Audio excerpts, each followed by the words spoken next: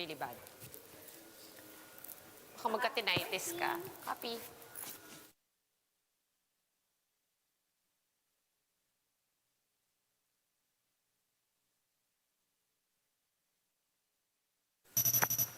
The health department wants tighter border controls after 6 travelers from India tested positive for COVID-19.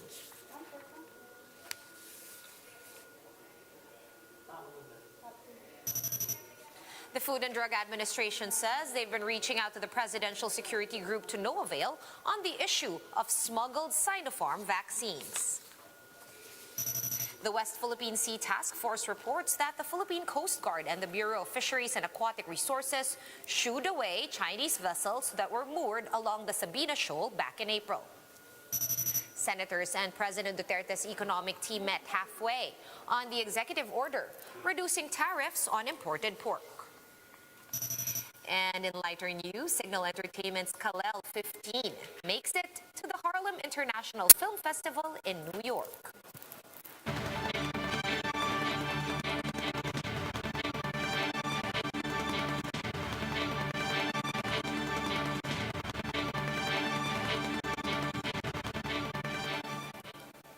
Fast, focused, and fearless. Here's a roundup of stories we're watching now.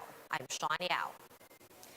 This just in, President Duterte has appointed Police Lieutenant General Guillermo Eleazar as the next chief of the Philippine National Police. Interior Secretary Eduardo Año confirmed this, saying that he recommended Eleazar based on seniority, merit, service reputation, and competence. Eleazar will replace PNP Chief Deb Bolsinas, who is set to retire on May 8th. The health department has recommended stricter testing protocols for inbound travelers. Health Undersecretary Maria Rosario Vergeres said that arriving passengers should be tested on the 7th or 8th day of quarantine. She adds that there is a high percentage that a person who might have COVID-19 would turn out positive on those days. At present, inbound passengers undergo testing on their 5th day upon arrival. This proposal comes after 6 travelers from India who arrived before the travel ban was imposed tested positive for COVID-19. Their samples will be brought to the Philippine Genome Center to determine if they were infected with a more infectious Indian variant.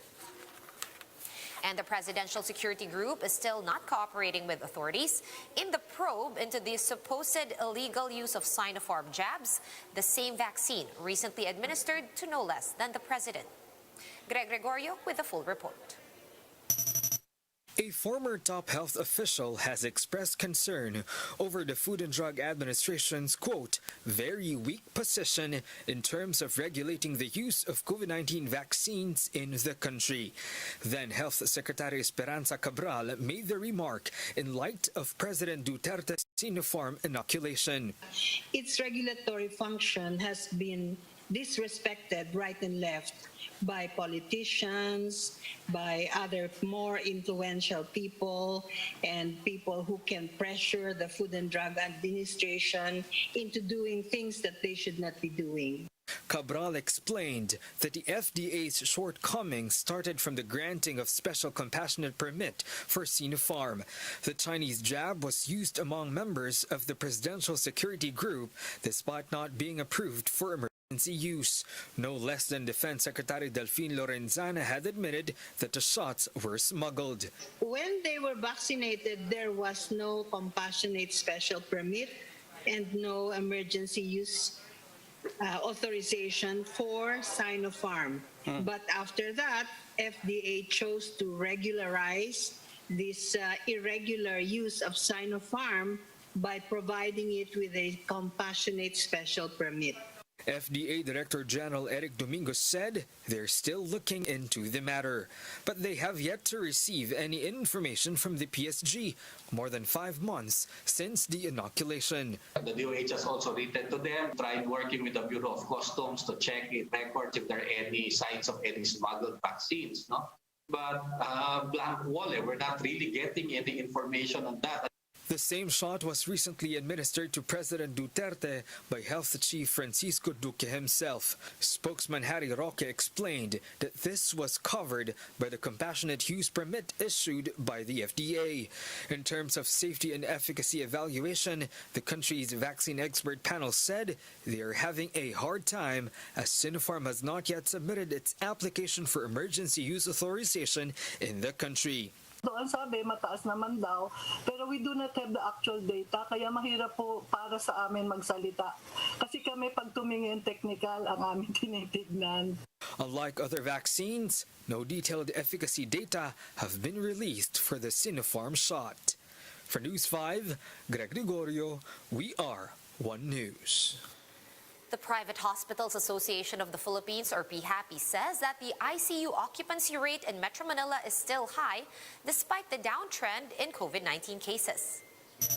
PHAPI President Dr. Jose De Grano seconded the Octa Research Group, who had earlier said that ICU patients tend to stay longer in hospital. De Grano added that some private hospitals were not able to increase ICU bed capacity because of lack of resources and manpower. However, Dr. De Grano noted that overall hospital occupancy in private hospitals has gone down by some 10% as compared to last month.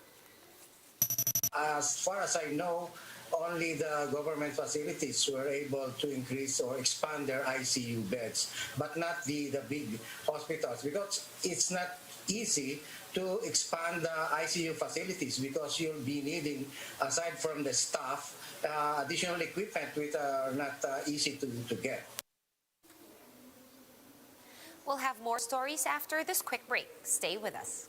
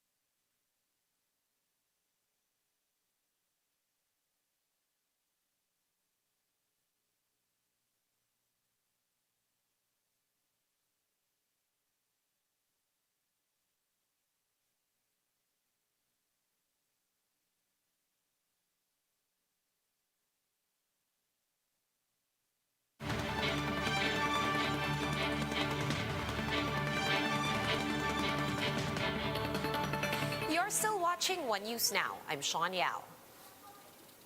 The National Task Force for the West Philippine Sea reports that the country's maritime units drove away Chinese vessels that were lurking in the Sabina Shoal last month. Ma Enriquez has the full story. Unidentified foreign vessel at Sabina Shoal. This is Philippine Coast Guard. PRP Cabra MRRV 4409. You are within Philippine Exclusive Economic Zone. You are requested to provide the following: name of vessel, intention, last and next port of call on Channel 16. This was the radio challenge of the Philippine Coast Guard to 7 Chinese maritime vessels spotted in stationary linear position along the Sabina Shoal on April 27. Sabina Shoal is only 73 nautical miles from Rizal, Palawan, which is well within our exclusive economic zone or EEZ. PCG vessel BRP Cabra spotted the Chinese militia during their maritime exercise. The Chinese ships left the shoal after around 20 minutes. Malis na sila, sir. Hindi natin sila tinigilan at may kasama tayong abogada dun sa barko. Siya yung actually nagsasalita. Kasama kasi yung mga lawyers dun sa exercise sa law enforcement activities. Nung nilapitan ay nag-start ng makina, itinaas yung mga anchors nila. At isa-isa pong umalis at inescortan natin hanggang masigurado natin na wala na po sila doon sa Sabina Shoal. Coast Guard spokesperson Armand Balillo said they saw 5 vessels when BRP Cabra returned to the shoal 2 days later. But they left as soon as they saw the Coast Guard. Fishing ground din yun at saka alam mo parang doon sa Julian Felipe siguro magandang lugar yun para pagtabuan kung masama ang panahon. Another encounter with Chinese vessels in Bajo de Masinloc took place last April 24. Secretary Hermogenes Esperon, National Security Advisor and Chairperson of the NTF West Philippine Sea, condemned the shadowing and radio challenges by Chinese Coast Guard. Esperon also rejected the supposed annual summer fishing ban imposed by China in the area from May 1 to August 16. He clarified that the fishing ban does not apply to Filipinos and encouraged them to continue fishing within the country's waters. Huwag po silang matatakot. They should be brave na pumunta doon. Hindi sila pinapabayaan ng gobyerno kasi nandun yung Coast Guard, nandun yung Bureau of Fisheries and Aquatic Resources sa mga assets, mga vessels, and police nandun, pati yung ating other agencies para sila ay protektahan. Malacanang meanwhile reported that around 19 Chinese vessels are still within the country's territory from the 220 spotted last March. Dahil nga po dun sa pag-uusap ni Ambassador Wang at ni Presidente ay bumaba po yung mga numero. From 220, 136 po umalis. At saka yung second batch, another 65. So kung i-add nyo po yung 136 at saka 65, 201 po ang umalis from the original 220. The NTF-WPS said they will continue the patrols and maritime exercises within our EEZ. For News 5, Marian Enriquez, we are One News. Here are other stories we're keeping our eyes on. The Food and Drug Administration has approved Moderna's jab for emergency use, the 7th vaccine to get clearance in the Philippines. FDA Director General Eric Domingo says that the benefits of administering the U.S.-made shot still outweighs the risks. Senate President Tito Soto says the administration's economic managers have finally reached a compromise on Executive Order 128. The cap on imported pork products will be set at 254,000 metric tons. That is up from the initial proposed 404,000 metric tons. The government will also heed calls for higher tariffs. At least 6 hospitals in the country have been granted a compassionate special permit to use anti-parasitic drug ivermectin as a treatment for COVID-19. FDA Chief Domingo, however, did not disclose specifics, citing patients' privacy. Various medical groups have expressed concern over the use of ivermectin, which has not been proven safe and effective against COVID-19.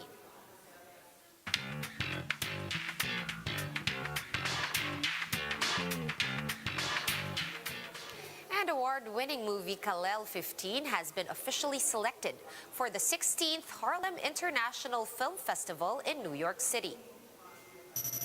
The movie, starring Elijah Canlas, will be shown at the World Cinema and Narrative Features sections of the Film Fest.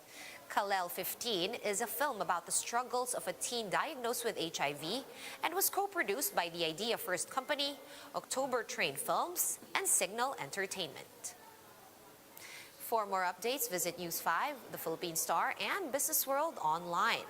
Visit our website, onenews.ph, for more in-depth analysis. You can also catch One News on the Signal Play app. Register for a free account at www.signalplay.com and stream One News live anytime, anywhere. Mask on, wash hands, and stay safe, Philippines. I'm Sean Yao. We are One News.